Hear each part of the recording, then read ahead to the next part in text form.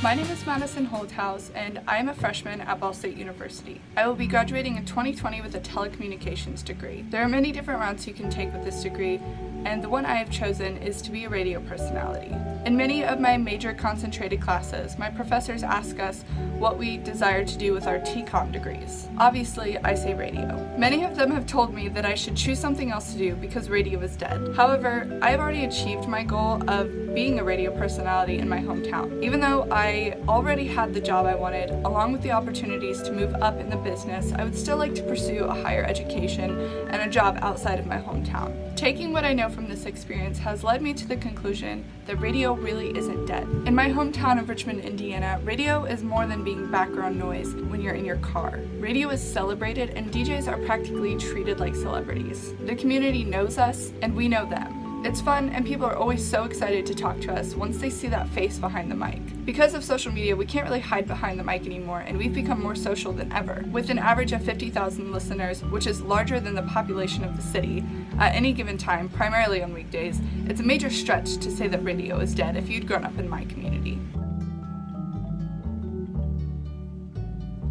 In radio, an advertisement is commonly referred to as a spot. Lengths range from 15 seconds, 30 seconds, or even 60 seconds. Prices range depending on location, the station's audience numbers, and how many times the client wishes their spot to be broadcasted. Different stations have different packages and can often be tailored to better suit the client's needs.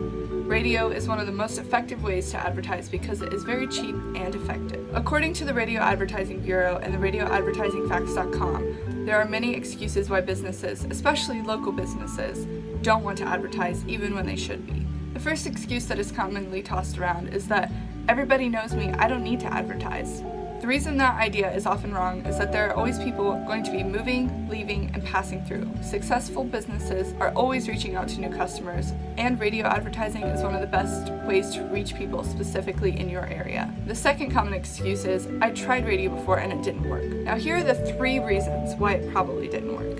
One is, your offer is too weak, meaning that your sale, offer, or tagline wasn't effective. That's not the radio's fault. It's the idea. Customers respond to the need, not the ad. However, if you're an optometrist trying to reach new customers, even if they don't need eye care right now, they will remember your name later when they do. The second reason is you advertised with the wrong station, meaning you weren't reaching your target audience. Radio stations have a specific target audience, which is why radio is more effective than TV or a newspaper ad. You know exactly who is receiving your ad and what you are paying for. You just have to find the right station. The third reason is you didn't buy enough advertising. If you're only advertising for a week, it won't be as effective as 2 months or even a continuous ad that runs every day of the year. The more people hear you and know about your business, the more customers you will gain over time. Hearing an ad once won't make anyone remember you. You have to continuously fight for their attention. So, how do you know what I'm saying is true? The Radio Advertising Bureau continuously does extensive research and publishes their findings. So here are the facts. 92% of Americans 12 and up listen to radio each week, which adds up to over 235 million listeners. 12 to 17-year-olds are commonly perceived as not listening to the radio, but about 90% listen each week. And as far as spanning across different races, between 85 and 94% of African Americans listen to radio weekly, and between 88 and 95% of Hispanics in the US listen as well. The majority of listeners also do so in their car, with 73% of people 18 and up listening while in the car on a typical weekday. The second most popular location for listening is at home from a computer or phone. The number of commercial radio listeners online includes nearly 20% of the people who listen every week. There are currently over 10,000 commercial radio stations in the US.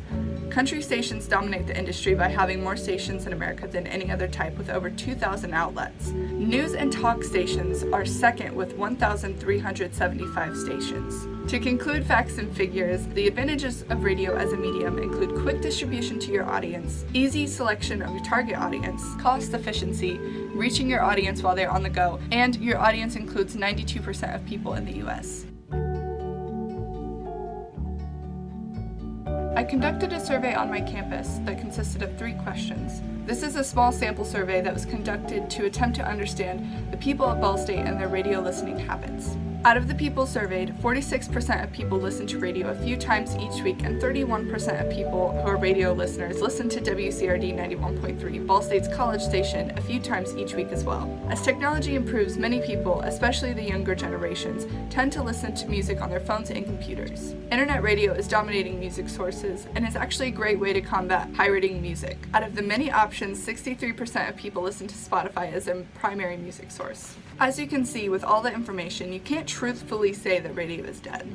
The statistics show that almost all of Americans are reached by radio on a weekly and daily basis. An article written by Hugh McIntyre and published in Forbes magazine discusses statistics showing that radio is at an all-time high listening rate, which is good for advertising, which in turn gives profit to stations. This also points out that it is much easier to listen to music on a regular radio as opposed to internet radio because you don't have to relearn how to use it, and it's user-friendly for all ages. If you only focus on the advancing and new technology, it's easy to say that radio is irrelevant these days. It's easy to forget how often you're hearing radio as well. Businesses commonly play local radio stations, and there are radios put into every single car, and have been for years. Radio is alive and thriving.